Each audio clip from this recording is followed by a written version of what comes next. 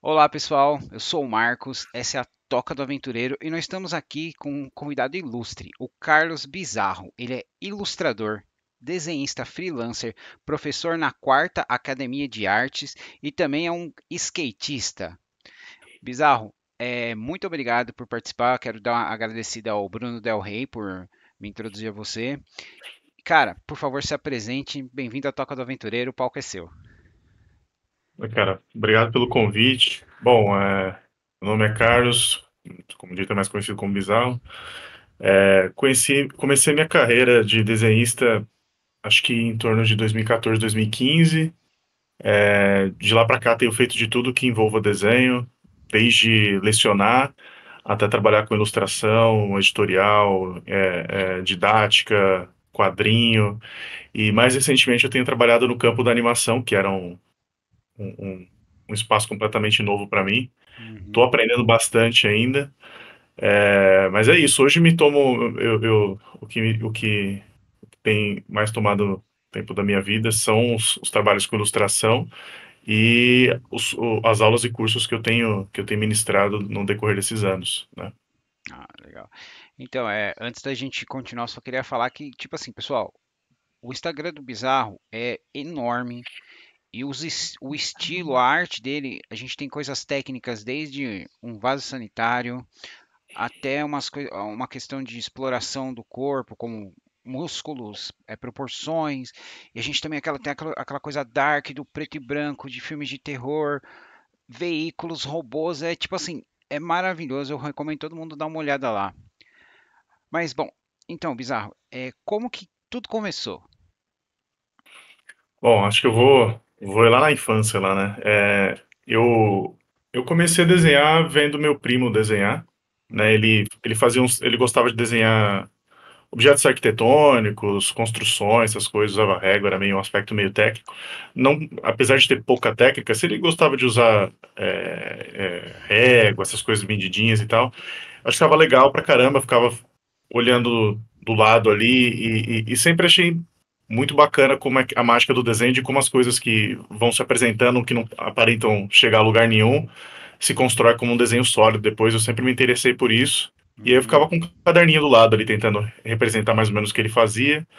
Eu comecei a ser introduzido no campo da animação quando criança, ficava tentando reproduzir os desenhos que tinham na TV, assim, da época. com certeza.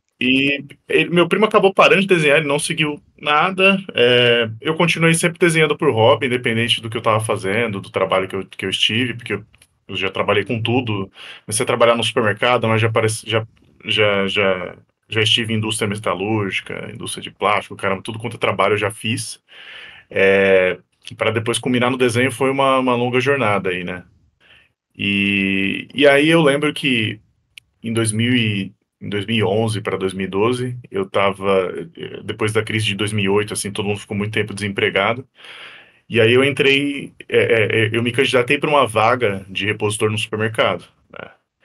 E numa etapa do processo seletivo era exigido que a galera desenhasse quatro momentos importantes das nossas vidas. E aí eu falei, tá, tudo bem, vou fazer um desenho qualquer aqui e é isso. E aí eu fiz o desenho e o pessoal que avaliou, né, essa parte do processo julgou que eu tinha condições de trabalhar com uma outra função que não a que eu tinha me inscrevido, né, que era de cartazista. Eu não fazia ideia dessa função, né, dentro do supermercado, mas para quem não sabe é quem faz os cartazes, ilustrações que hoje acho que tem sido menos usado, né, por conta da tecnologia, mas até uns 6 anos atrás era a forma de comunicação interna dos supermercados, né, e externa também, Uhum. que o pessoal que faz preço, essas coisas. E aí me convidaram para isso, né, tipo, a gente viu que você tem uma certa aptidão com o desenho e seria interessante você nessa função, né, por conta dessa sua habilidade. E aí eu falei, putz, tá bom, né? Eu posso tentar. Eu nunca fiz isso, não faço a menor dimensão de como é que funciona esse trabalho. E acho que foi a partir daí que eu percebi que o meu desenho me levou a algum trabalho que não o que eu estava planejando e que me fez ganhar mais dinheiro. Assim, a função ganhava um pouco mais de dinheiro do que a função que eu estava procurando. Falei, pô, é a primeira vez que eu levei a sério o desenho, assim, a primeira vez que ele me levou para alguma coisa, né? Antes disso, eu não tinha ganhado dinheiro com desenho ainda, né? Nunca tinha nem tido a pretensão. Uhum. E aconteceu de uma maneira que eu não planejei, né? Foi simplesmente uma etapa do processo seletivo. Que legal. E aí, quando aconteceu isso, eu assumi essa função até exigia que eu fizesse um ou outro desenho, né? E que desenvolvesse uma parte artística, que era coisa que nenhum trabalho me deram a chance, né? E aí eu fui procurar por um artista que eu, na época, acompanhava muito o trabalho, que era uma das minhas maiores influências, que é o Eduardo Francisco, né? Acompanhava o Uhum. Dave Art dele, e eu perguntei para ele se ele conhecia alguma escola em São Paulo que ministrava cursos de desenho, né? Que eu tinha necessidade de aprender, para além do que eu sabia. E aí ele indicou na época a Quanta Academia de Artes, que é a escola que hoje eu dou aula, né? E aí eu fui atrás. Nossa, 2010 para o mundo dá 2011 eu fui volta, atrás né? da volta, cara. Porque eu não foi um plano, assim, as coisas simplesmente aconteceram no acaso ali no processo seletivo. Se aquilo não tivesse acontecido, dificilmente teria despertado interesse, assim, e falar, pô, acho que dá para ir, assim, né? Uhum. E aí, a partir daí, eu entrei num curso, né, na Quanta, e acho que eu estudei lá por 4 ou 5 anos seguidos, né, todos os cursos que tinham os regulares, os anuais, né, no caso, Uhum. eu fiz, ganhei bolsa lá, e aí, quando eu ganhei bolsa, eu também fui, pô, eu ganhei uma bolsa com meu desenho, então isso foi me abastecendo, né? Aham. E aí, por exemplo, você abraçou, né, isso? É. Você abraçou e teve aquele momento que você falou, não, eu sou um desenhista, eu sou um artista, assim. Cara, hoje eu digo que eu sou porque eu não faço outras atividades, mas eu demorei para me identificar como um artista, assim, Ah, porque talvez entendi. porque por eu não ter feito parte da academia, né? Em 2017, não, em 2007, eu entrei na faculdade de educação artística, né, eu tinha acabado de sair do ensino médio, fui para lá, fiz um semestre e Uhum. eu saí fora porque não era o que eu queria, assim, tipo, eu gostava de desenhar animes e coisa de mangá, né, desenhos animados de modo geral, e a faculdade não tinha isso, né, e como eu era um adolescente, assim, né, tinha acabado de sair do ensino médio, eu não quis ficar. Isso me perseguiu por muito tempo. Assim, putz, minhas irmãs têm formação superior, eu não tenho, e eu não vou ter pique para voltar e tal. Então era difícil me identificar como artista, porque para mim eu tinha que ter uma graduação, tinha que ter um diploma para tal, né? Uhum. E a Quanta nunca foi um curso universitário, né? Sempre foi um curso livre, apesar de eu ter estudado bastante lá, estudado bastante por conta própria, eu nunca me identificava como um artista, assim. Inclusive tinha um certo receio de, tipo, ah, eu sou artista. Eu falei, cara, eu desenho aí, né? Tipo, ganho algum dinheiro com isso, mas Uhum. acho que até hoje eu tenho um certo receio com isso. Mas eu acho que quando eu digo que eu comecei a trabalhar com desenho quando eu comecei a ganhar dinheiro com isso, assim, né? Então, que e nem só com aula, né? Na verdade, quando eu comecei a produzir para clientes e tal, isso começou a acontecer em 2014 para 2015, assim, eu acho, né? Se não me falha a memória. E aí eu falei, bom, eu sou um desenhista, né? Porque É isso se aí. se eu tiver que me categorizar de alguma forma, se eu tiver que preencher alguma ficha, ou quando eu tive que abrir meu e-mail, eu tinha que definir eu como alguma coisa, não podia ser qualquer coisa. E aí acho que a partir daí, quando eu abri meu e-mail e tal, quando eu tive que me identificar como um profissional, foi quando formalmente eu me identificava como um desenhista, assim, né? É, e aí acho que foi isso, né? Porque aconteceu tudo junto. Assim que eu comecei a terminar os cursos da Quanta, a Quanta tinha uma política que era os alunos que eram mais destaque, assim, ou que tinham melhores condições de pegar algum trabalho, né? Os Uhum. professores iam passando, assim, né? Tipo, ó, tem um trabalho aqui. A Quanta tinha um estúdio de ilustração na época, né? Então também tinha essa política de tentar repassar trabalhos para os alunos mais iniciantes, né? Uhum. E começou a surgir esses trabalhos para mim. E eu comecei a pegando e tal, e para ir criando a prática. E essa função que eu assumia no mercado, eu tinha uma sala, né? Então, quando eu fui criando mais prática, eu conseguia resolver o trabalho do mercado cedo, né, no primeiro período do meu trabalho, e o restante do dia eu tocava os trabalhos de freelance de ilustração, Pô, lá que dentro da legal. sala, né? E não tinha treta com o meu chefe nem nada, então era bem tranquilo. Tinha uma pranchetinha na minha sala que uns amigos tinham feito, então eu ficava fazendo essas duas coisas em paralelo, né? E aí dava aula também, eu dava aula 3 vezes por semana, era bem corrida, assim, eu trabalhava Uhum. das 6 às 3, né, no supermercado, e dava aula das 7 às 10 da noite em São Paulo, assim, e era uma Nossa. viagem para eu ir para a escola, assim, e eram 3 vezes por semana. Mas quando me foi jogada a responsabilidade da aula, né, que foram os meus professores que falaram, pô, você não quer começar a lecionar aqui na escola? E aí, quando me foi jogado essa responsabilidade nas costas, eu me comparei com os outros professores da época, e aí eu Uhum. estudei muito, assim, foi tipo uns 2 anos que eu produzi muito, que provavelmente é a parte do Instagram que você pegou ali, que tá chafurdada de desenho, assim, né? Então, Sim, sim. Eu senti que eu tinha que correr atrás ali da galera. Falei, putz, eu tô muito pra trás ainda. É, porque E aí, eu gosto pode falar. de, né? Eu gosto. Como você é um cara que produz muito, tem muita coisa no Instagram, mas assim, eu gosto de começar lá de baixo, desde o primeiro post, pra ver a Sim, evolução e tal, né? E o seu é bem longo, cara. Você produziu essa, muita coisa. você deve ter tido um trabalho ali, porque teve um período da minha vida assim que eu produzi muita coisa. Uhum, Esses últimos anos eu tenho produzido menos. Na verdade, não é que eu tenho produzido menos, eu tenho postado menos, né? uhum, Que às vezes a sim, gente tem esse perfil no que só porque a pessoa não posta, a pessoa não tá desenhando, não, mas eu acho que eu desenho mais ainda do que eu já desenhei por conta dos trabalhos, né? Mas teve esse período de estudo, que eu digo assim, que é mais, ficou mais a parte acadêmica, que eu acho que você deve ter identificado, que tem, que sim, nem você falou, ó, tem desenhos técnicos, tem de tudo, então era uma fase de experimentação, uhum, né? Tava adequando o meu trabalho para certas demandas, e ali era uma parte de estudo e eu gostava de divulgar isso, publicar, mostrar para os alunos que eu também mantinha uma produção regular, né? Isso incentivava eles bastante, né? Acredito que incentiva ainda. Então teve essas fases que foi o peso da responsabilidade da aula, assim. Eu falei, putz, preciso alcançar e como que eu vou alcançar? Bom, desenhar pra caralho, né? ah. Não tem muito segredo, assim.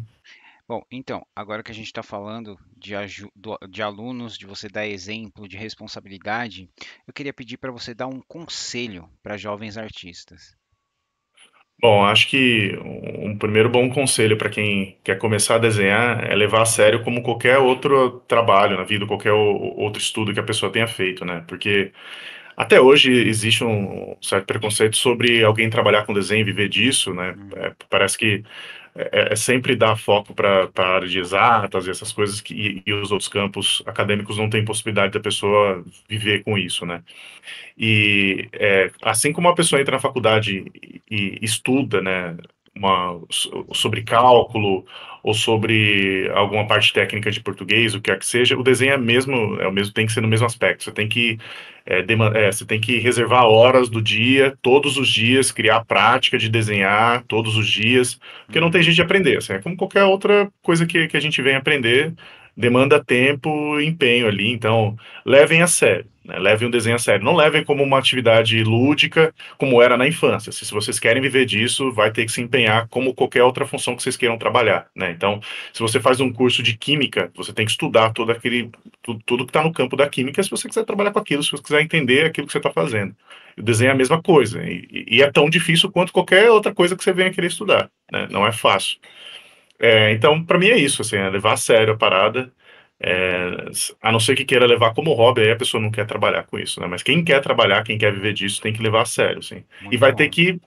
vai ter que desenhar coisas que não quer, vai ter que estudar quando não quer, não vai ser só quando dá vontade, não, vai ter que ser É um direto. trabalho, É é um um trabalho. trabalho. Muito bem. Vai. Então, e eu gostaria de perguntar para você, que você falou que você assistia desenhos, animes, e tal, qual que foram as suas influências? Porque no seu Instagram a gente tem muita coisa legal, dá para ver do que você gosta, mas você lembra o que mais te influenciou?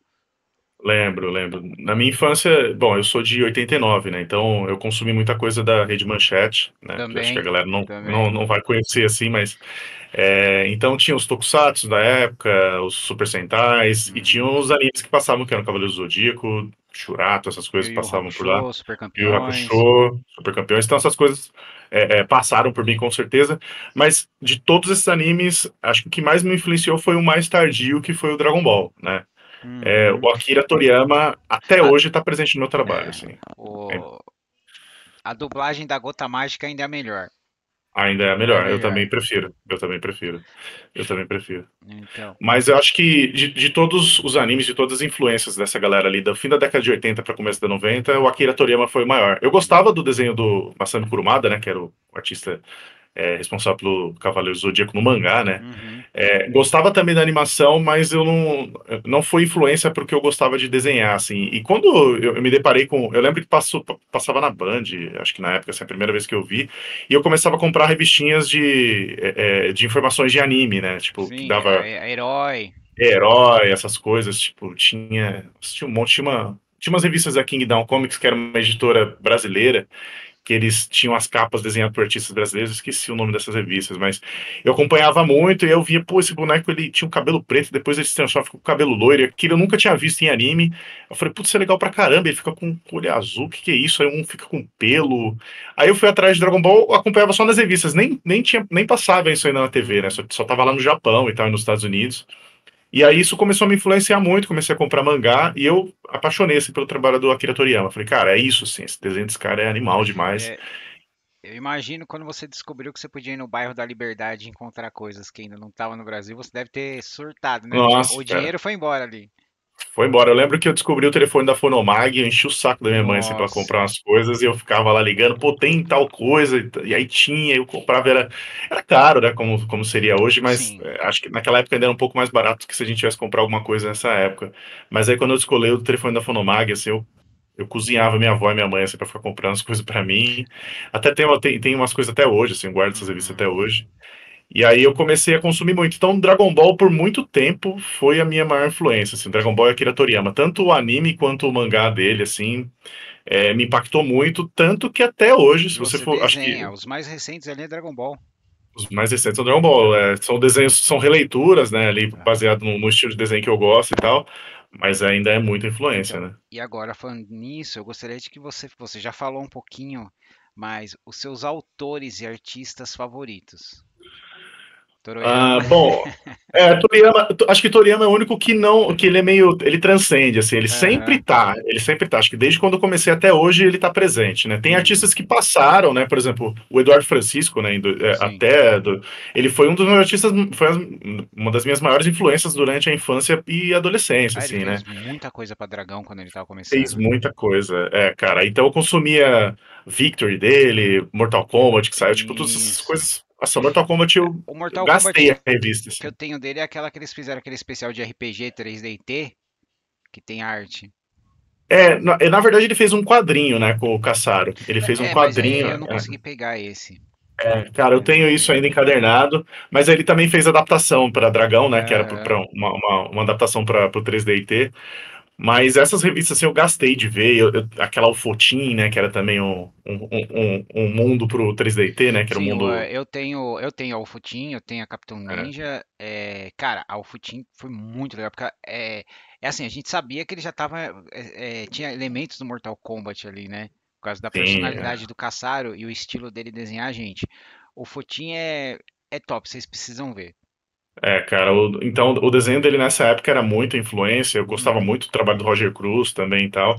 Então eram as pessoas que eu mais acompanhava o trabalho nessa época, porque eles flertavam com o quadrinho de super-heróis, que não era a coisa que eu gostava na época, e com o uhum, mangá, assim, né? sim. Tanto o Roger quanto o Edu, né? Tem aquele, você pode ver, por exemplo, se você pega o Futin, ele é mais virado pro quadrinho, né? O HQ. A Victory não, a Victory ela já tá mais pro mangá. Isso. Exatamente. Então, acho que nesse período aí foi muito eles. Agora, eu lembro que na Quanta eu descobri um artista, né? Que na época eu comecei a consumir quadrinhos de super-herói quando eu entrei na Quanta, porque não era Uhum, meu perfil, assim. E aí eu lembro de ter feito o curso de ilustração com o meu professor Rodrigo Yokota, que é um puta artista também. Ele começou a me mandar artistas que eu jamais ia consumir se eu não tivesse na Quanta. Então, gente da ilustração, gente de quadrinho, das artes plásticas mesmo, como um todo. Então, eu uhum, comecei a me abastecer dessas coisas. Mas eu lembro de ter visto um quadrinho do Superman na banca. E o Superman era retratado de maneira que ele tinha uma roupa de fato, não era uma pintura corporal, assim. Eu falei, poxa, que legal. Eu acho que eu nunca tinha visto alguém que colocasse roupa no super-herói, assim. E na época era o Rafael Albuquerque, né? ah, tá. Tipo, é um desenhista do Sul, né? Ele, Uhum, inclusive, foi um dos diretores da Quanta do Rio Grande do Sul, se eu não me engano, né? Ele é muito amigo do Marcelo Campos, que é dono da Quanta e tal. E aí eu falei, puta, que desenho legal. E ele também tinha esse flerte com o mangá, assim, né? O desenho dele tinha muita influência disso. E aí o Rafael Albuquerque até hoje é muito influência no meu trabalho, assim, desde, sei lá, 2013 eu acompanho o trabalho dele, assim, e só que com o passar do tempo que eu fui conhecendo mais artistas, as influências foram se diluindo, porque eu tinha muito negócio de pegar um artista só e só ele sem influência, né? E na medida que eu fui estudando, eu fui percebendo que Se você faz isso, você vira tipo uma cópia, uma versão Uhum. B, uma versão piorada de um determinado artista. Sim. Então eu fui aprendendo que você tem que ter vários. Você tem que ter vários artistas e o seu perfil de arte vai se moldar a partir das suas influências. Então, aí na época depois foi Rafael Albuquerque, eu gostava muito. Aí eu fui conhecendo toda a galera do quadrinho. Aí eu conheci Mike Mignola, Jean Paul Nossa. Leon, tipo, isso foi mudando muito meu trabalho porque eles não têm nada a ver um com os outros. Assim. Beleza, todo mundo é artista do quadrinho, né, de super-heróis norte-americano, mas cada um tem sua individualidade de trabalho. E eu sempre gostei de artistas que não eram do mainstream, assim, tipo, eu sempre Uhum. gostei de gente que era muito diferente do que estava sendo produzido, apesar de estar no mercado, né? Sim. Aí o Greg Tocchini, né, o próprio Roger Cruz, que eu tive o prazer de conhecer essa galera pessoalmente, os caras Porra, que são legal, demais, cara. assim. E aí, isso foi muito bom, assim, quando eu comecei a conhecer. Eu lembro que eu fui num lançamento de uma revista do Roger Cruz, e ele falou que acompanhava meu trabalho. Eu falei, cara, isso aí pra mim foi Nossa, deve divisor, ter assim, porque eu falei, encheu o putz, peito. o cara me conhece, assim, né? Tipo, e era um cara que era a mesma influência, assim, né? Tanto ele Uhum. quanto o Edu e tal. E aí eu comecei a conhecer essa galera e essa galera começou a abastecer meu trabalho de alguma forma. Hoje em dia eu já nem sei quem que é a minha maior influência no dia, mas acho que eu posso citar Olivier Coipel, Chris Sani, Poza Seta, E a lista cresce. tem uma galera, assim, acho que Aham. faz tempo que eu não faço um mapa de influências, mas essa galera Lourenço de Felice, artistas europeus. Eu tenho me abastecido mais com gente da Europa ultimamente, saí um pouco da Ásia ali, né, que era muita influência da galera do mangá, mas eu tenho consumido bastante coisa de artistas europeus, né, tem sido mais meu perfil de trabalho, apesar de talvez não se apresentar muito no que eu produzo, mas acho que eles são boa parte das minhas influências no momento. Então acho que é sempre momento, assim, né? No Ah, que legal. momento são essas pessoas, mas, sei lá, Uhum. amanhã podem não ser mais, ou eles podem estar ali em menor quantidade. Você mencionou no começo que você trabalhou, começou a trabalhar com animação. Você pode dar uns exemplos do que você já fez? Posso. Bom, eu comecei a trabalhar com animação por conta do Del Rey, né? Uhum. Teve aqui contigo. Ele me convidou para fazer cenário para animação infantil, né? E aí, nessa época, eu tava. Era uma época de transição que eu estava saindo do supermercado, né? Que eu trabalhava como cartazista. E aí eu falei, cara, eu vou sair desse trabalho e vou me dedicar 100% ao desenho, porque teve um período que eu trabalhava no mercado e fazia os freelas de desenho e eu comecei a ganhar mais dinheiro fazendo os freelas, né? Falei, putz, acho que é o momento de eu sair. O mercado estava sendo um problema, né? Apesar Certo. de ter ali um salário fixo e registro em carteira, falei, putz, eu vou me jogar, abri meu MEI e fui para Split, que é uma produtora aqui de São Paulo, Sim. né? Uma produtora Aplausos para grande. Split, porque todo mundo que eu conheço fala Passou muito por bem lá, de né? lá. Não, eles falam bem, né? Split, ela Falam bem. tá meio que dividindo águas aí pro pessoal, né? A Split é um dos grandes estúdios daqui do Brasil, né? Apesar de ela estar aqui em São Paulo, ela tem muita coisa, muita produção grande sendo produzida lá, né? Uhum. E eu entrei lá com o Del Rey era diretor de arte, né? Do Seninha, né? Que era a animação infantil que a gente ia fazer, e Uhum. precisava de artistas com uma certa bagagem técnica para fazer BG, né? Para fazer cenário. E aí eu fui lá na loucura sem saber de absolutamente nada, assim. Eu só sabia desenhar, mas eu não sabia o software, não sabia nada do campo da animação. Então, como é que foi essa experiência para você? Porque você é um cara que gosta de aprender. Sim. Cara, foi bem legal, assim, foi meio estressante porque o mais difícil, Imagino, né? acho que o mais difícil era aprender a ferramenta, assim, que era o Harmony, que é o Harmony, até hoje é usado. Uhum. E na época que eu entrei, eu arrastei um amigo meu também que estava começando, que é o Yuri Campos, que é um, putz, se não conhece, por favor, conheça o trabalho do Yuri, que é Opa. animal. Ô Yuri, um É, salve se você quiser bater um papo com a gente.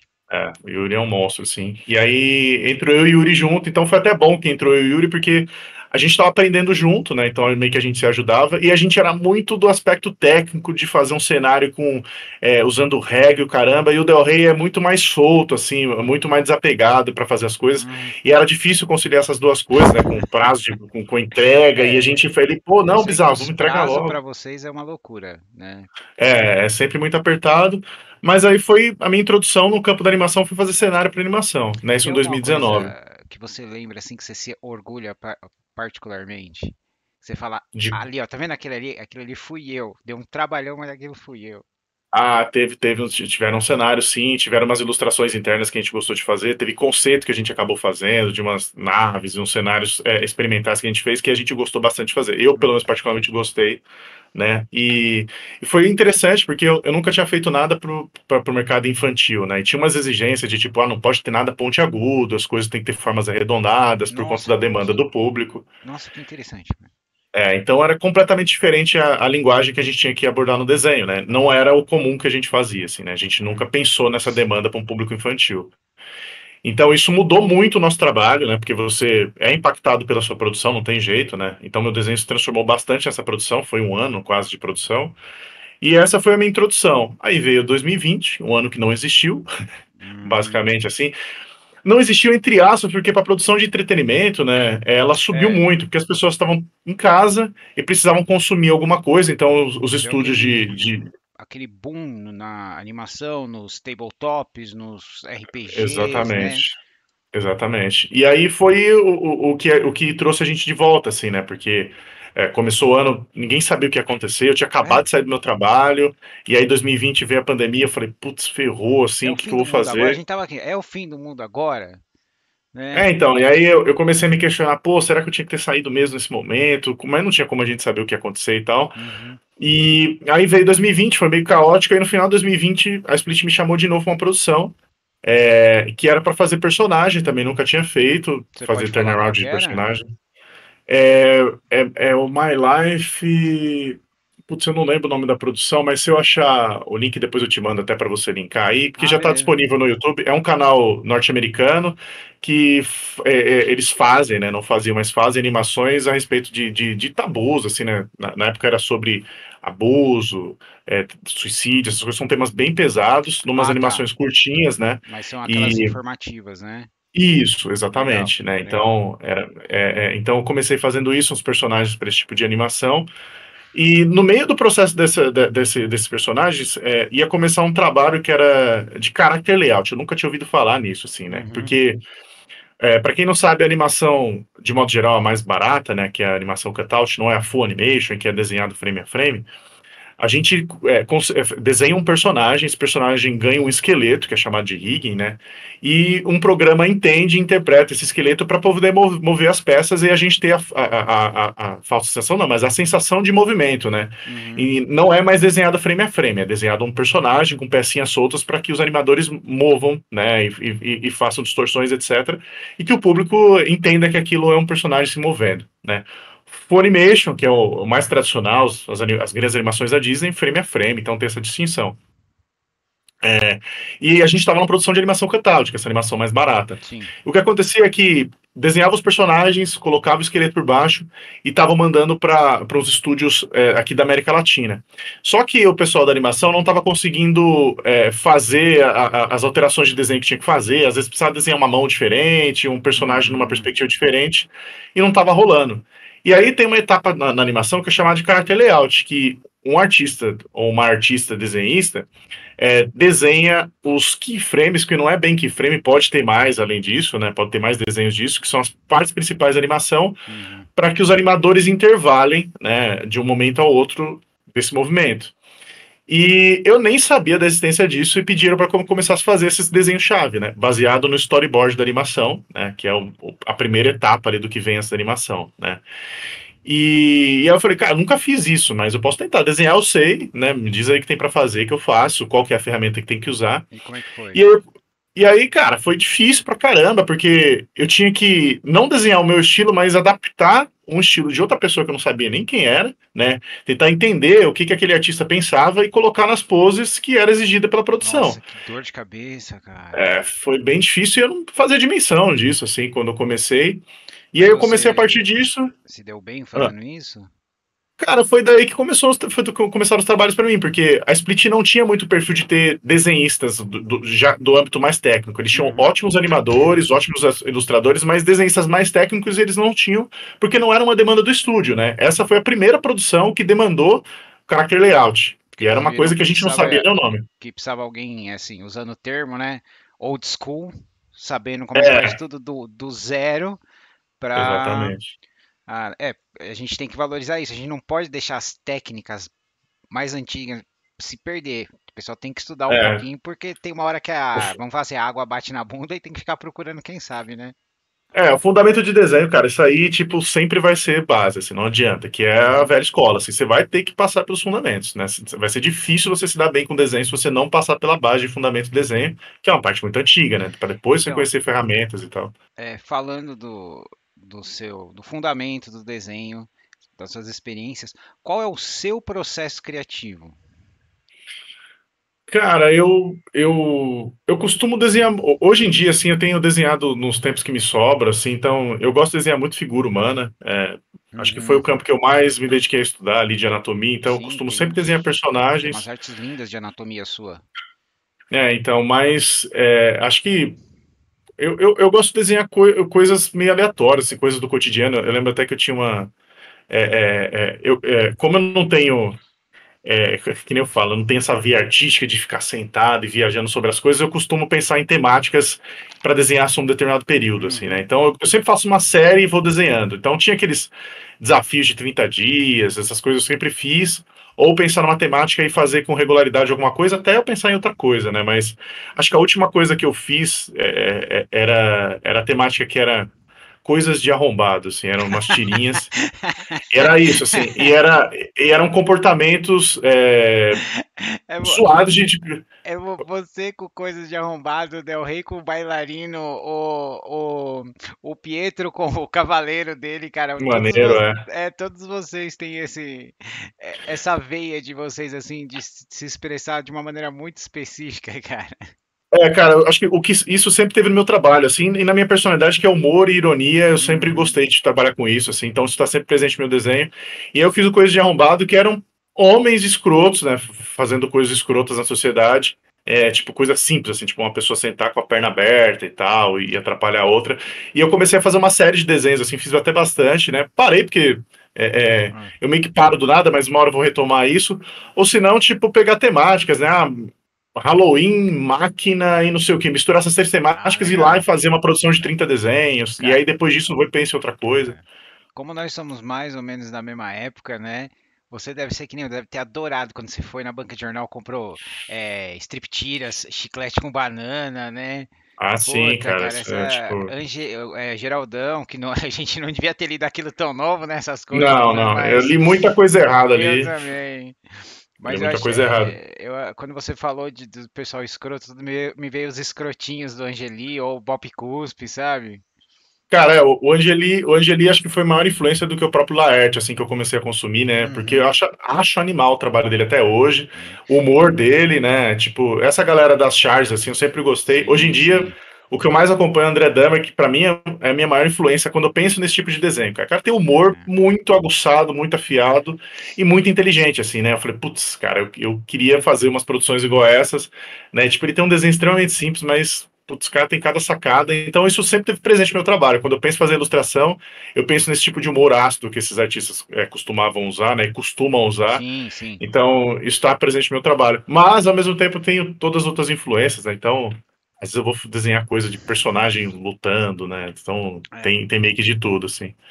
então, cara, antes da gente entrar nos seus posts, eu gostaria de perguntar assim.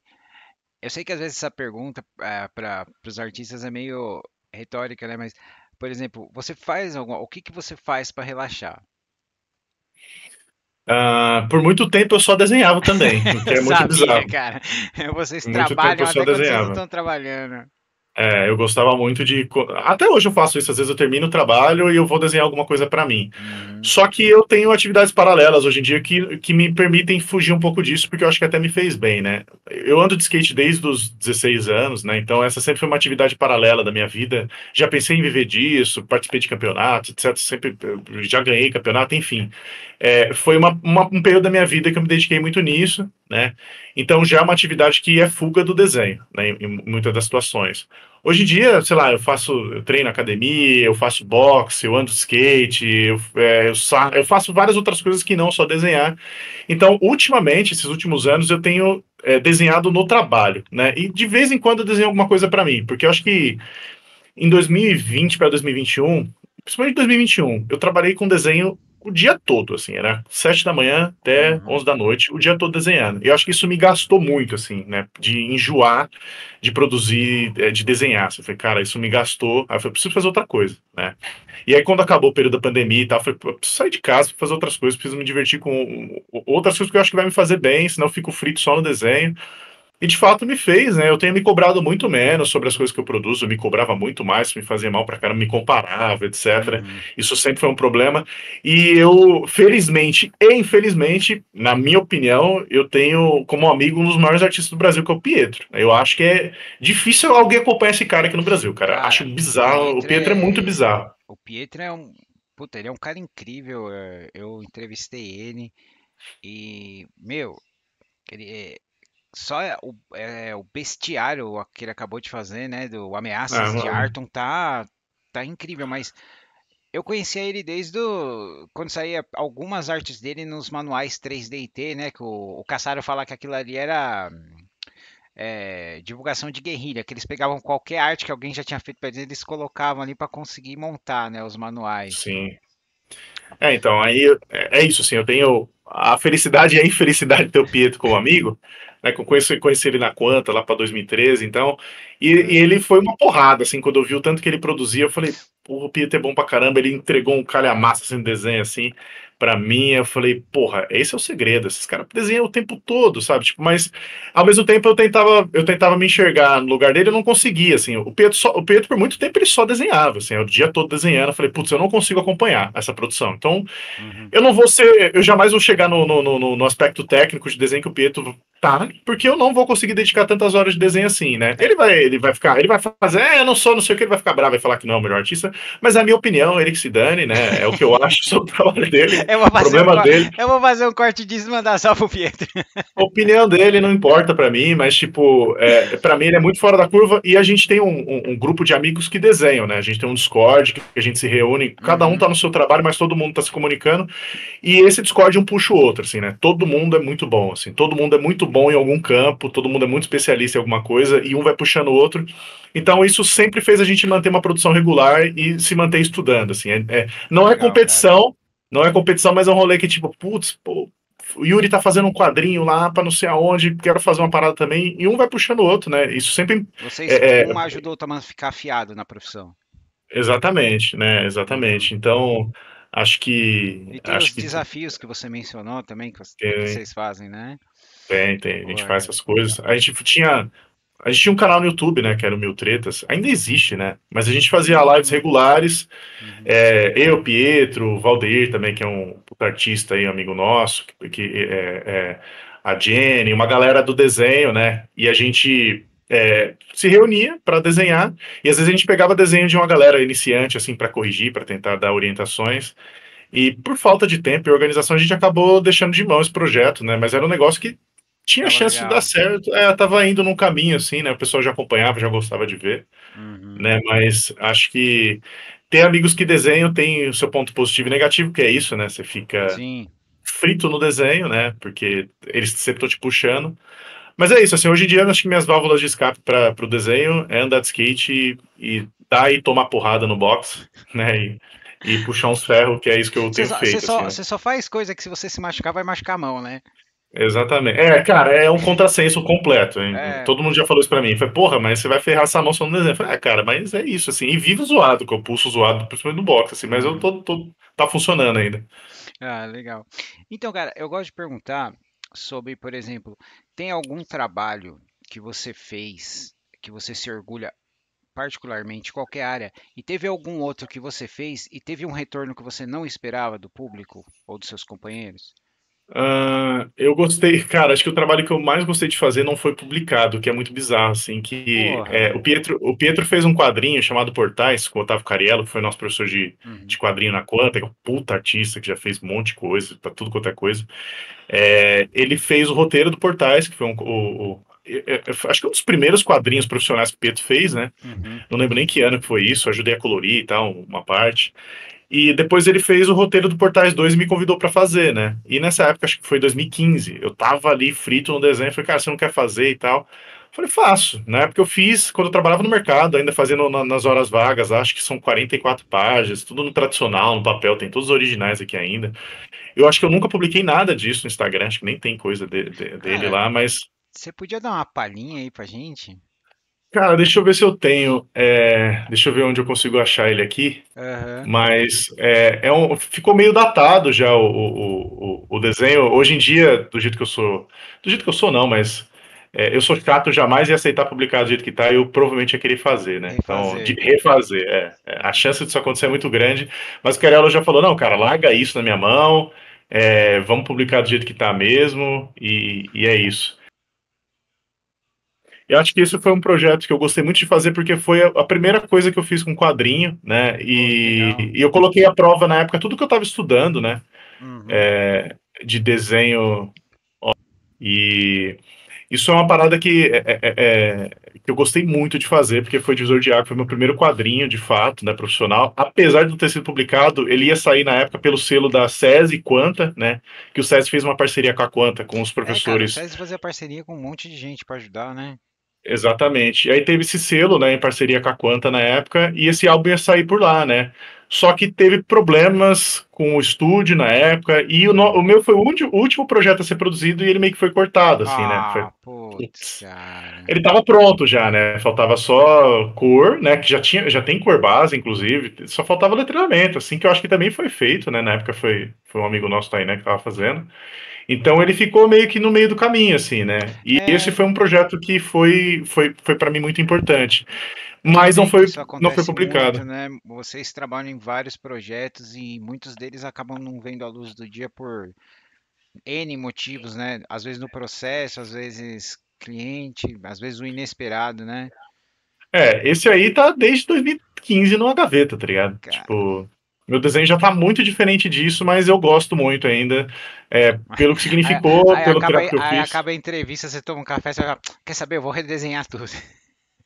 Cara, assim, isso vai acontecer em algum momento, eu tenho certeza, assim. É por isso que eu quero logo publicar isso, porque muita coisa que tá aí eu já não gosto, né? Mas, bom, faz parte desse período, né? Não, Uhum. não tem como mudar o que foi feito. Um Sim, vai projeto que lá. teve uma repercussão que eu não esperava foi um quadrinho que eu fiz com. Teve um período da minha vida que eu militei em movimentos políticos e tal, Uhum. né, por bastante tempo, e eu conheci uma galera de movimentos de esquerda, né, Sim. aqui em São Paulo. E eles me convidaram em 2017 para fazer um álbum de quadrinhos sobre a Revolução Russa de 17, né? E era naquele Porra. período era o centenário, né, da Revolução, e o roteiro ia ser feito por essa galera em parceria com uma editora do PSTU, Uhum. né, que era a editora Sunderman, né? E essa foi uma parada que eu fiz que eu não imaginava que ia ter a repercussão que teve, assim, né? Tipo, claro que foi de nicho, né? É um quadrinho de nicho, e era para ser uma publicação que ia sair nos jornais, né, de esquerda da época, e no fim das contas ele acabou virando um encadernadão, um álbumzão mesmo, né, de Bacana. cento e tantas páginas. Você tem ele aí? Eu acho que deve estar no meu ArtStation também. Deixa eu ver se eu acho ele Hum. por aqui. Deve ter algumas páginas. Mas o nome do álbum chama 1917, né? Porra, cara. E foi um roteiro dessa galera. Deixa eu deixar aqui o link, tem algumas páginas também. Esse foi um álbum que até hoje, assim, até esse ano, alunas e ex-alunos me mandam, ou pessoas que viram o Viram álbum referência, né? assim, tipo, porque não tem nada, assim, né? Falando sobre a Revolução Russa, que tem essa pegada, e foi também importante para mim, porque foi a primeira vez que eu fiz alguma coisa de alto contraste, né? Do preto e branco mesmo. Eu estudava bastante, mas eu nunca tinha tido a possibilidade de fazer nada em termos de trabalho nesse aspecto gráfico, assim, né? Então, Uhum. como cabia muito, né? Porque você vai pegar o construtivismo russo, é preto, branco e vermelho. Eu falei, putz, é agora que eu vou usar esse negócio aqui. E a galera curtiu, né? A galera que tava fazendo o roteiro. E fui embora com isso, assim, com alto contraste. Então também, né? Teve repercussão da galera elogiar o trabalho e tal. Que eu não esperava. Assim, pra mim ia ser um negócio nichado que ninguém ia ver. Mas sempre É, tá aí eu lembro nas feiras de livro. que você tem diversos posts que tem coisa, né, com o símbolo da Revolução Russa, do martelo e Foi isso, da né? foicezinha e tal, né? Tem ó, várias, acho que tem umas 4, 5 artes do Stalin, né? Cara, tem de tudo nesse âmbito aí, porque foi do período. Acho que tem bastante post exatamente por conta do quadrinho, né, da época. Uhum, Então, vai ter muito material a respeito disso. Mas só isso, assim, acho que o trabalho que talvez eu tenha mais orgulho é o Portais 2, e o que uhum. tem uma repercussão que eu não esperava é o 1917. Pô, cara, que legal. Então, falando agora dos seus posts, eu queria falar do primeiro, que eu fui até lá embaixo, que é um post do Shenlong, cara, um post lindo, né? Cara, essa época eu tava estudando ilustração, né, na Quanta, acho que devia ser 2012, 13, se eu não me falha a memória. E aí acho que essa ilustração era o ano chinês, alguma coisa que tem esse rolê. Acho que o, Uhum. o animal do ano era aquele e tinha um rolê com o número 9. Então esse dragão tá fazendo um 9 ali. E, bom, você falou Shenlong, você vê, a minha influência é tanto de Dragon Ball que eu não consigo nem desvencilhar quando não é Dragon Ball, né? Aham. Então não era pra ser, mas tava lá, né? Ah, puta, cara, eu achei que era o Shenlong. Tava ali. Não, Ah, ele então, fez o Shenlong. é inevitável. A influência do Akira Toriyama é tão grande que ele vai estar presente até quando eu não quero, né? Mas foi isso, assim, foi uma ilustração pro curso de ilustração mesmo, né? E tinha que carregar esse significado, que era uma coisa que eu não lidava, né? Desenhar com pauta. Eu acho que eu nunca precisei passar por isso, assim. E aí, acho que ali foi um dos primeiros trabalhos que eu precisei ter uma pauta, né? O professor deu uma narrativa que eu tinha que fazer ali, né? Ah, Uma legal. pauta, um texto, e foi o primeiro post foi esse mesmo. Então, é porque dá pra ver nos seus posts, por exemplo, você tem diversas ilustrações de Dragon Ball Z, de Dragon Ball, Yu-Gi-Oh, Cavaleiros. Fez um Riei do Yu Yu Hakusho que eu achei muito legal. Ele tá bem agressivo. Bom, o Riei é agressivo, mas no seu traço ficou bem ameaçador, né, cara? E eu achei muito legal É, essa. Dá pra ver que você é da época da manchete. sim, dá pra ver, denuncia a idade na hora, não tem jeito. Aham. É passei É, dos 30. desses animes assim, por exemplo, o do Yu-Gi-Oh! Eu vi que você gosta muito de desenhar a Maga Negra, né? Cara, o Yu-Gi-Oh! É meio bizarro, porque eu só assisti a primeira, acho que eu nem terminei de assistir a primeira temporada do Yu-Gi-Oh! Só que Uhum. eu jogo Yu-Gi-Oh! Eu Ah, jogo muito, eu jogo Yu-Gi-Oh! TCG, tanto no celular quanto no físico, que o pessoal, eu fujo muito das coisas que eu faço, né? Box, aham. skate, Yu-Gi-Oh! É tão aleatório quanto as coisas que eu desenho, né? Mas eu jogo Yu-Gi-Oh! TCG, então teve uma época que eu comecei a fazer algumas ilustrações, né? Na época eu tava pensando, acho que eu vou fazer umas commissions de Yu-Gi-Oh! Porque não tem muita gente que faz. Então fiz algumas peças, mas eu nem levei em frente, assim, nem nada. Eu tava com um projeto de fazer ilustrações em outras versões das cartas, né? Mas acho que por isso que tem algumas ilustrações de Yu-Gi-Oh! No meu Instagram. Não é nem porque eu sou fã da franquia, mas é mais Aham. porque eu gosto muito do jogo, porque eu jogo, né? Ah, poxa, que legal, cara. E também eu gostaria de falar porque você tem uns desenhos muito técnicos de anatomia e outro você tem de diversidade no corpo no sentido de proporções, né? De não ser aquela pessoa magrinha, tudo, né? A pessoa voluptuosa, a pessoa musculosa, a pessoa magra. Eu achei muito legal essa diversidade e eles são bem técnicos, né? Sim, acho que em 2017, eu acho, por aí, o Marcelo Campos, que é o professor, que é o dono da Quanta, né? Uhum. Ele me convidou para dar um curso de anatomia, porque era um período que eu tinha conhecido um livro chamava Anatomia para Escultores, e eu estava estudando por conta própria e estava postando os processos de estudo no Instagram. Eu falei, Bizarro, você não quer dar um curso de férias sobre anatomia humana? Tinha um professor, né? Eu não lembro o nome do professor na época, só que ele tinha muito perfil de super-herói, né? Aham. Era todo mundo mesmo shape, assim, né? Ele falou, pô, a gente queria dar uma mudada nesse curso e tal, a gente queria convidar você, né? Acho que ele estava percebendo ali o tipo de segmento que eu fazia os meus estudos. E eu não estava nem pensando em formular um curso para isso, assim, não tinha nem passado pela minha cabeça. Então eu estava estudando por conta própria É porque o eu que... via a necessidade. Isso acontece muito com você, né? O destino te puxa, cara. Aí eles me confessaram, putz, o que eu fazer, cara? Eu não tô pensando num método de ensino, eu tô pensando no método para que eu aprenda, né? Mas eu topei, assim, né? Falei, cara, vamos, né? Aí ele falou, não, você vai ter um tempo para formular o curso e tal. Então, o curso de anatomia que eu dou já faz que eu leciono já faz algum tempo, começou nisso, assim, eu tava estudando, aí eu comecei a pensar uma forma de eu aprender e ensinar essa coisa que eu tava aprendendo. E aí foi daí que surgiu esse aspecto mais técnico no âmbito da anatomia no meu desenho, né? Porque aí eu Ah, legal. comecei a consumir material de fisioterapia, aulas de fisioterapia, aulas de medicina, livros de medicina, e aí comecei a consumir livros específicos para anatomia, que não tem tantos, né? E eu Uhum. comecei a estudar muito por conta própria e comecei a formar meu método. Não tem muito esse tipo de curso oferecidos no mercado, né? E esse meio que virou um curso meu, porque eu pensei no método de ensino ali para explicar a parada, né? E foi a partir daí, eu sempre alimento isso, porque anualmente eu dou esse curso, né? Esse ano eu já dei, particularmente, mas eu vou abrir uma turma ainda no final do ano Ah, para então esse tá curso. No final. concorrido. Tem uma galera aí já, eu sempre abro com poucas vagas, assim, de 8 a 10 no máximo. Provavelmente em dezembro eu vou abrir uma turma nova, mas Então eu sempre fico abastecendo esses materiais de anatomia, sempre volto a estudar, né, lembrar as coisas, porque é muito técnico, é um âmbito que já não é bem do desenho, né, você nomenclaturar músculo, explicar como é que é a mecânica de cada um deles, qual que é a função e tal, isso não é uma coisa que exista, né, mas basicamente o que define o que eu tenho produzido muito nesse aspecto técnico do desenho, né. Mas acho que foi isso que trouxe esse aspecto técnico de anatomia hoje pro meu trabalho. Ah, legal, cara. E uma coisa que eu gosto muito é, é a maneira como você desenha os seus veículos, que você tem aqueles veículos mais padrão, e você tem uns veículos, cara, que obviamente é baseado no Capsula Corp do Dragon Ball, né? E os seus robôs, os seus androides, as suas armaduras, eu vejo ali desde Gundam a um pouco de Mike Mignola nos seus estilos, cara. Eu vou começar pelas máquinas, porque essa foi uma parada que eu costumava fazer pouco, que era veículos, e eu falei, vou tirar 30 dias aqui para fazer veículos, né? Uhum, E aí é isso, né? As minhas influências vão estar ali depositadas, e foi um ótimo estudo para eu estudar planta baixa, né? Que é um rolê da perspectiva ali, e começar essas construções. E aí eu fiz 30 veículos só pelo desafio, né? De fazer. E aí concluí esses 30, depois tinha esses desafios que era Halloween, é, o tema era Halloween, aí eu juntei, falei, pô, eu quero estudar alto contraste e eu quero estudar o trabalho do Miola.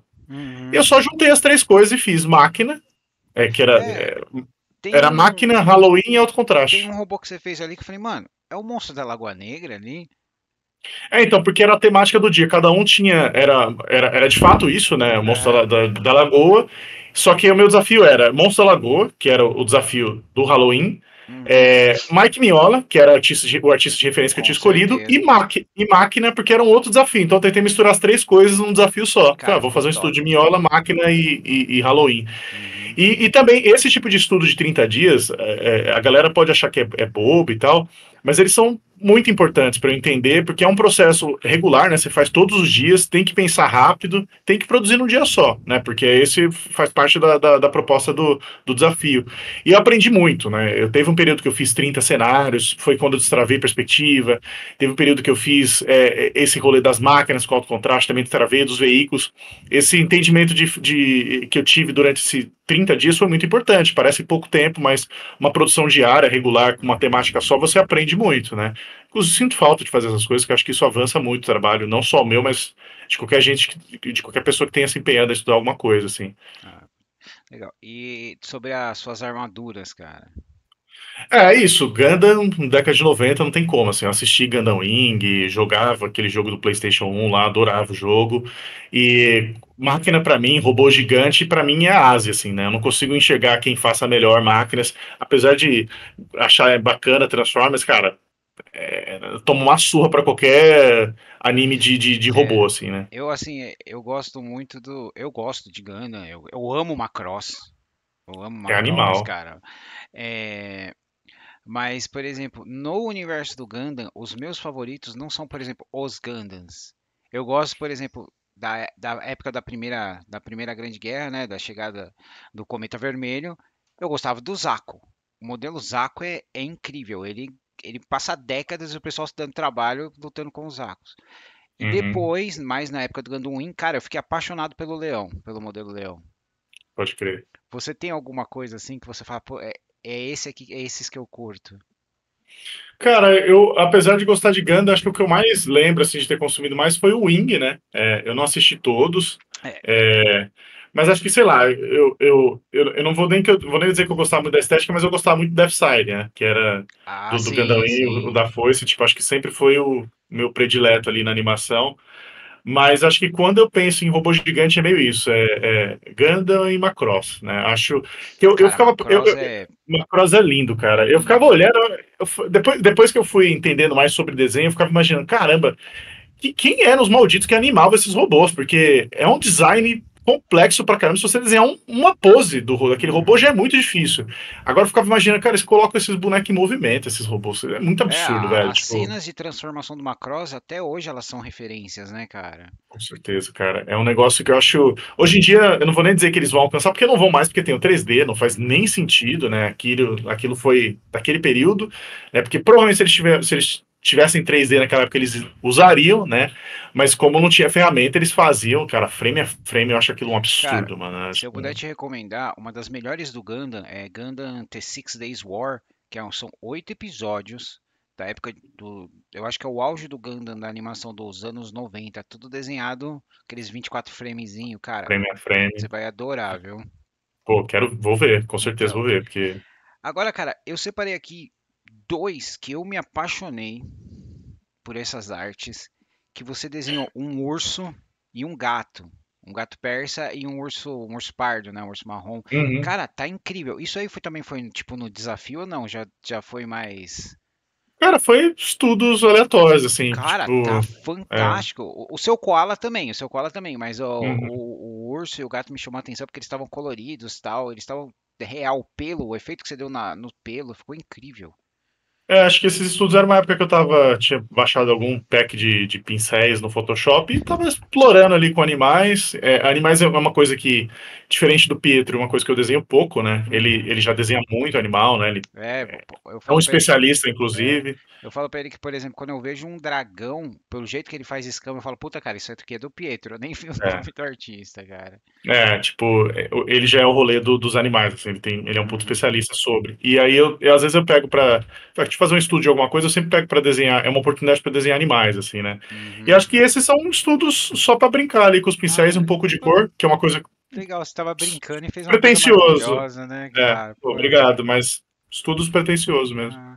E outras que eu achei legal, que foi tipo, uma coleção, né? Não sei se foi um desafio de vocês, que você lançou, tipo, elementos de horror, mas era meio que o pessoal do horror, mas num estilo mais pocketzinho, né? Que a gente vê o Hum, Fred, a gente vê tipo, um Jason, tem um do It, né? Do macaco, sim, do desculpa, que eu palhaço. lembrei de um gorila que você fez que também tava lindo do palhaço que tem assim, tem nesse padrão, mas você tem um que você fez o palhaço do It que tá aterrorizante mesmo, né, cara?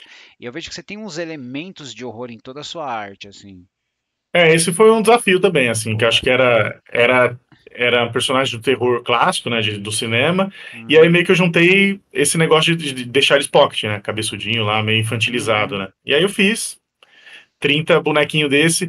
E acho que uma coisa que você falou, esse aspecto que sempre tem terror nos meus desenhos, porque é uma coisa que eu gosto, assim, eu consumo muito filme de terror, sempre teve presente, e eu acho que eu sofri muito quando criança com medo de filme de horror, essas coisas, você me tratar e o caramba, então eu tinha medo do escuro, eu tinha medo, e acho que hoje em dia, eu sendo adulto, né, eu acho que eu coloco tudo isso pra fora que eu tinha medo, e eu gosto de pôr no papel, né? Eu ah, acho que eram puta, coisas cara, que me legal. incomodavam muito na minha infância, que eu tive que aprender a lidar, né, com o passar do tempo.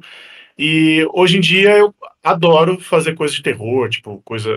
Nem tanto gore, mas mais coisas sombrias, É, fantasmagóricas, assim, é o tipo de abordagem que eu gosto de fazer. sim, dá pra Acho que imaginar. justamente por conta disso, assim, é meio que eu. Talvez demonstrar pra mim, pros outros, que é uma coisa que eu É, superei de criança, o assim, né? único ali que eu falei, cara, esse aqui tá legal, é que você fez o Johnny do Iluminado, né? Sim, sim, Que ele não é exatamente um monstro, né? Mas aquele é um exatamente. momento de horror mesmo, né, cara? Assustador, Exatamente. né? Mas acho que é isso que tem de aspecto de terror no meu desenho ou de horror. É justamente vem, acho que, Uhum. superação da minha infância, assim, né? Tanto que eu também tenho um projetinho de gaveta aí, que é um quadrinho de Ah, terror, legal, legal. né? Mas uma hora sai, ele tá no roteiro, tá nos conceitos, Tem ainda não título ou comecei não? propriamente a produção. Hã? Ah, já tem título ou não? Não tem título, ainda não tem título. Ah, legal. Ainda não tem. Então, eu gostaria de dizer que também você desenha heróis e vilões, né? Muito legais. E dois que eu achei que eu achei importante mencionar é que você desenhou um Magneto só sombreado assim, sabe? Preparando para lançar o Uhum. poder dele, que eu achei muito legal. E você tem umas artes assim muito lindas do Hellboy. Algumas mais parecidas assim com o do Minola, mas há outras que é bem o seu estilo mesmo, cara. Eu sempre gostei de fazer releitura, assim. Eu nunca Uhum, gostei de fazer. como é que fala? Tinha um estudo que a pessoa fala que é você fazer a releitura fiel de um trabalho de outro artista para você entender o processo de Uhum, construção de um desenho. Mas eu gosto de fazer reinterpretação legal. do trabalho de outra pessoa. Então, olho o Hellboy e falei, pô, eu queria imaginar o Hellboy num outro estilo, alguma coisa mais parecida com o que eu faço. Tanto que é o que eu faço até hoje. Acho que é uma das coisas que eu mais me divirto fazendo são Uhum, releituras, pegar um estilo de desenho e tentar trazer ele para outro, né? Então, pegar um super-herói e imaginar ele no meio do mangá, ou o contrário, sabe? Tipo, uma coisa de mangá meio super-herói. Eu sim. sempre gostei de fazer esse tipo de coisa, e provavelmente o Hellboy fazia parte desse tipo de coisa que eu gosto de fazer, assim, tentar reinterpretar ele do meu jeito, o Magneto também, pensar em outro tipo de acabamento que é o menos corriqueiro ali no mercado de quadrinho, né? E então provavelmente vai ter muita coisa desse âmbito no meu Instagram, porque reinterpretação de trabalho dos outros é uma coisa que eu gosto muito de fazer até hoje. Ah, legal. Então, Clara, tem uma artes que eu também achei muito legal, que eu gosto de folclore. E o seu Saci ficou muito legal, que você tem uns três ou quatro ali, né? Diversas versões assim. Eu não, eu lembro pouco disso, mas tem chance de ter sido algum tipo de desafio também ali sobre folclore brasileiro. Eu provavelmente fiz Uhum. isso em algum momento, né? Como eu disse, anualmente eu fazia pelo menos uns dois desafios desse por período ali, para tentar desenrolar alguma técnica, alguma temática e estudar, propriamente dito, né? Então, deve ter sido alguma coisa dessa época aí. Ah, legal, legal. E a última coisa que eu marquei aqui é que você deve gostar muito de games de luta, porque você tem artes muito legais de Street of Fighter, King of Fighter, Mortal Kombat. Os jogos de luta têm a ver com a minha infância também, né? Meu tio tem um bar até hoje, né? E teve uma época que metade do bar era de fliperama. E eu moro na casa de trás do bar, assim, né? Aham. Então, a minha infância isso, assim, jogar The King of Fighters, Street e Mortal Kombat. Era o que eu fazia durante muito tempo da minha infância. Então, isso não tem como não me impactar. E até hoje eu jogo com os amigos, né? Em casa mesmo. Então, provavelmente isso vai permear meus trabalhos, porque tá ali dentro E de aí, mim faz muito tempo ali, né? tá empolgado que a gente vai ter o Omni-Man no novo Mortal? Cara, o pior, não é nem o pior, mas o meu problema é que eu não acompanho mais jogos de lutas novos. Eu, tipo, por exemplo, The Ah, King of Fighters, eu parei no 2002. Eu não joguei mais. Eu até tenho os mais novos, mas não me pega mais. Tipo, Mortal Kombat também, eu não joguei os novos. Eu jogava o que tinha de arcade e Street igualmente. Assim, eu parei no Street 3. Né? Depois eu não fui jogar entendi. o 4, 5 ou 6, não fui adiante, né? Então, eu parei nos que eram de arcade, né? Porque eu não sou muito do console. Uhum. Eu jogo, os jogos que eu jogo no PC são jogos provavelmente, principalmente de Emulador. FPS.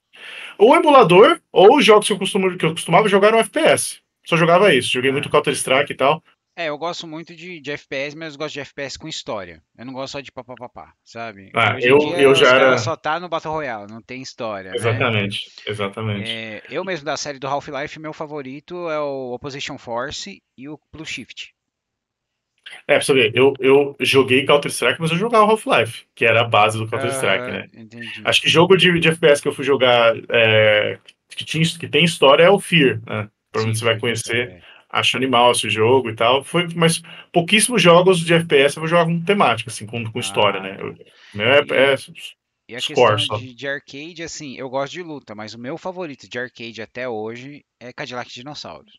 Ele é Kajak um, Johnson, a gente joga também é nos um, emuladores da vida aí. é um Mas clássico do arcade que todo mundo precisa jogar pelo menos Metal, uma vez, né? Metal Ele e Slug. o Alien vs Predador. O Alien eu joguei pouco, tinha aqui também no bar do meu tio, mas eu jogava bastante Metal Slug, né? A gente jogou toda a É que franquia. o Metal Slug é o seguinte, você só consegue jogar ele mesmo assim no emulador, porque aí você tem ficha infinita, né? Sim. Porque se você for Cara, jogar mas. ele na máquina com os amigos, acaba a amizade. Cara, mas a gente ia longe, viu, com a ficha no Metal Slug, assim, tinha amigo que fechava com a ficha, assim, a gente era bem viciadinho na época, né? Ah, Tipo, porra, jogar cara, todo então dia. você era profissa do Né, arcade, pô. viu? Cara, imagina aí que você ter na garagem da sua casa máquina de fliperama que você pode jogar o tempo todo, assim, não tinha como não ficar minimamente bom em alguma coisa, Você assim, devia né? ser Então a bem gente popular sabia na jogar. escola, né, cara? Na escola nem tanto, mas era engraçado aqui no bar porque tinha muita gente velha, né, jogando, assim, adolescente, e eu era uma criança, eu tinha Aham. 11, 12 anos e eu sabia jogar bem, assim, né, pra minha idade. Ah, legal.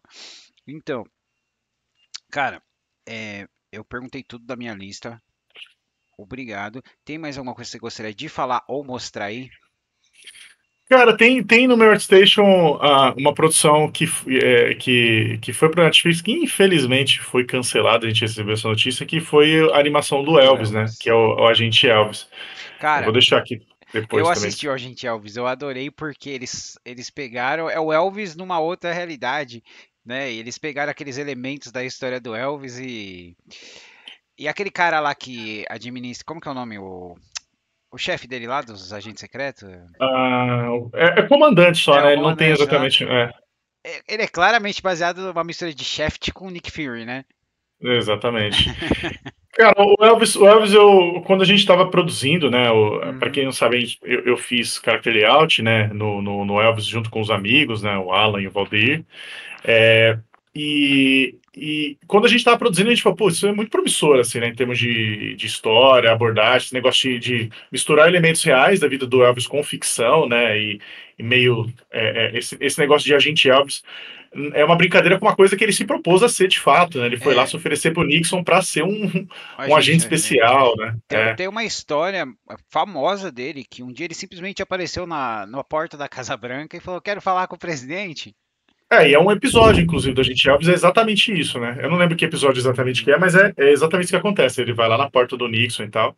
Então, eu gosto desse tipo de abordagem, de misturar elementos factuais com ficção, né? Mas assistindo depois a produção, as animações, eu vi que tinha uns episódios que não empolgavam tanto. E eu falei, putz, era um negócio que tinha tanta chance de dar certo, assim, porque as Ah, cara. referências, Robert Valley, a gente Hum, falou, puta, é legal pra caramba, o estilo de desenho a gente gostava pra caramba, a animação ficou animal, né? Em é, termos de aspectos visuais e técnicos, eu acho muito bom, aham. muito bom. Mas Mas o eu acho o Netflix roteiro meio. cancelou muito anima. Eles estão fechando praticamente a animação, cara. A menos que ela esteja no top 10, assim, de tudo. É, Porque é animação é difícil, cara, cara, mas né? Animação é é cara. caro, é caro, é bem caro. E o Elvis não foi barato também. Aham. É, imagino, porque ela tava muito legal. Tipo assim, o que eu acho legal no Agente Elvis é que vocês não usaram o CG demais. O CG tá ali mais nos veículos e eu achei alguma coisa nas cores ou nas explosões, né? Se eu não tô me enganado, né? Eu não sou profissional. Cara, se eu falar pra você que quase, eu acho que se tiver 3D, nem é nos veículos. Eu acho que quase não tem. É tudo tradicional. Os Cara, cenários não tem nossa, eu 3D. jurava que ele como é que eles falam? Cell Animation, que tem que eles fazem o CG e colocam só tipo aquela camada. Não era isso, então? Cara, pouquíssima coisa deve ter. Caraca, Tem, cara. entrou muita coisa de pós-produção, assim, que eu acho que de efeito, né? Não sei Aham. exatamente qual software foi feito, que já numa etapa que a gente participa. Mas, por exemplo, veículo, prop e BG é tudo tradicional. Não tem Nossa, 3D, que porque a gente legal, viu cara. que a gente via o processo, né, de construção. Então tinha lá as linhas de construção. A gente sabe que foi Uhum. esboçado no desenho mesmo, na construção de fundamento de desenho base mesmo, né, de perspectiva e tal.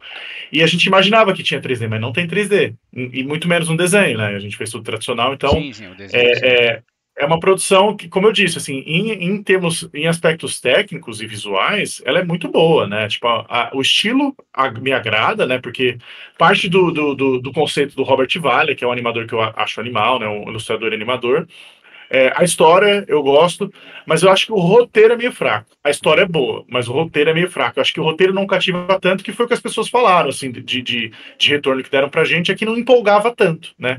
Pô, é bonito pra caramba, mas a história não empolga tanto. E aí, quando terminei de assistir, foi exatamente essa experiência que eu tive. Eu falei, putz, vai ser difícil vingar uma segunda temporada, infelizmente, porque, pô, eu ia adorar desenhar de novo, assim. Tipo, Eu foi um queria que negócio que eu. tivesse fechado rápido aquela questão de. Ele, obviamente, tinha sofrido um tipo de lavagem cerebral em um programa secreto do governo, que é uma referência ao Exatamente. Nixon, que tem rumores que tinha um programa secreto da CIA sobre isso, fazer lavagem cerebral nos agentes para eles serem agentes adormecidos, né? Não vamos entrar na conspiração aqui, porque senão vai longe, né, Bizarro? Ah, Mas vai, vai. ter essa pegada, né? E eu entendi isso, mas eu só queria que tivesse fechado mais rápido, porque eu queria que ficasse mais focado no Elvis, nas aventuras dele, né? Porque Exatamente. ele não se levava, tipo assim, ele se levava a sério, mas ele não levava a sério o que estava acontecendo, aquelas coisas absurdas à volta dele, tipo, é a minha vida, sabe? Sim. E então, tipo, todo esse tipo de coisa que da história eu gostei, né? Você falou do Elvis se levar a sério, mas as pessoas ao redor dele também não levavam. Tipo, a Não. Cici, que é a parceira dele, tipo, falava que não gostava da música dele, que preferia o The Doors, né? E eu acho isso muito bom que tava. ele tava acabando, né, o período de reinado ali do Sim, Elvis sim, lá sim. nos Estados Unidos, então eu gosto que não, eu imaginei que iam endeusar ele na animação e não, né, não foi endeusado, Não. e esses aspectos eu gostei, então falei, putz, seria bacana se rolasse, mas infelizmente foi cancelado, então vai Ah, ficar só nesses episódios que foram pra Netflix você mesmo. tem algum spoiler de algum projeto que você pode dar ou não? Que a gente deva ficar, por exemplo, se você não puder falar, talvez a gente deva ficar de olho em algum stream ou na internet, ou numa editora em alguma época do ano. Cara, no presente momento eu tenho feito animações que são meio off, assim, de uma produtora norte-americana que contrata a Split para fazer, né? Ainda não saiu nada, só vai sair talvez daqui um ano ou mais, então não posso nem adiantar muita coisa sobre Certo. isso. No começo do ano, eu participei eu fiz character layout para um jogo, né? Que eu acho que já saiu. Depois, se eu achar o link, eu te mando e tal. Mas é uma produção que já está divulgada. A gente fazia as poses dos personagens, que era um jogo de beat'em up, né? Aham. E a gente fez todos os movimentos, todas as roupas do personagem. Isso é uma coisa que eu nunca tinha feito, Pra, porque pra nós da nossa cidade deve ser pra você, né? Que deve ser. Opa, jogava beat'em up no bar, no arcade, fazer um deve ser da hora, né? nunca tinha passado na minha cabeça que eu ia fazer isso e foi bem legal, assim, pensar nas poses de luta, de ação, né, para o personagem num jogo, né, é outra experiência, é muito diferente de trabalhar com character layout para animação, é Cara, outra pegada. deixa eu só te perguntar, pra um beat'em up, né? Quantos frames de movimento são necessários para fazer aquilo? Na parte Cara, técnica falando. essa parte técnica especificamente eu não sei muito, porque foi feito cutout, né, que é Ah, tá. aquele... Foi Sim, feito sim, cutout, a gente fazia vamos por 2 ou 3 movimentos, e aí os artistas de animação faziam as intervalações. entendi. Então não é bem frame a frame, né? Uhum. Apesar do resultado final ter ficado muito parecido com frame a frame, assim, a galera foi feito no estúdio que fez que produziu o Elvis, né? Que foi a Titi Mouse, um estúdio canadense, foi o É, mesmo que estava produzindo o jogo. é eles que estão fazendo Vox Machina, não é? Eles, exatamente. Ah, São eles que legal. estão fazendo. Então, puto estúdio lá, né? Os caras têm muita gente muito boa lá, né? A galera de lá. E então a equipe de animação é muito competente, assim, para conseguir ter traduzido o cutout para uma parada que ficou com cara de animação 2D. Mas então, como não foi frame a frame, eu não sei dimensionar, né? Não, Quantos beleza. desenhos Era só foram uma necessários. dúvida minha. Não, mas é isso. Ah, legal, cara. Bom, Bizarro, cara, muito obrigado. Curti Eu que demais agradeço o conversar com convite. você, aprender, né? É, vai estar a descrição aqui no vídeo de todas as suas redes sociais, tudo e tal. Legal. O pessoal que quiser te conhecer, quiser seu trabalho. Você já fechou commission ou ainda tem coisa aberta? Não, commission eu não estou fazendo no momento, mas o que vai rolar esse ano ainda vai ser um curso de anatomia. Acho que aí para dezembro deve acontecer. E aí eu vou lançar uma publicidadezinha lá no meu Instagram. Então quem quiser já fique preparado aí. Ah, legal. Então, cara, agora a gente chegou naquele momento, que é o nosso momento, Karine, de fazer a mão de jazz aqui, que você deixa uma frase pro pessoal. Cara, acho que a frase que eu sempre trago comigo que eu acho que não é importante a gente querer ser original, mas é importante a gente querer fazer as coisas do nosso jeito. Que eu acho que eu trago isso muito pro meu trabalho, né? Eu não quero ser distinto de ninguém, eu quero só fazer do meu jeito, e aí isso não é necessariamente ser original, mas é isso. Cara, muito bom, muito obrigado. Eu que Pessoal, agradeço o convite. mais uma vez uma indicação do Del Rey, um cara maravilhoso. Carlos Bizarro, muito obrigado. Pessoal, eu sou o Marcos, essa é a Toca do Aventureiro. Lembre-se, como o Bizarro falou, de serem originais e até a próxima. Valeu, gente. Até mais.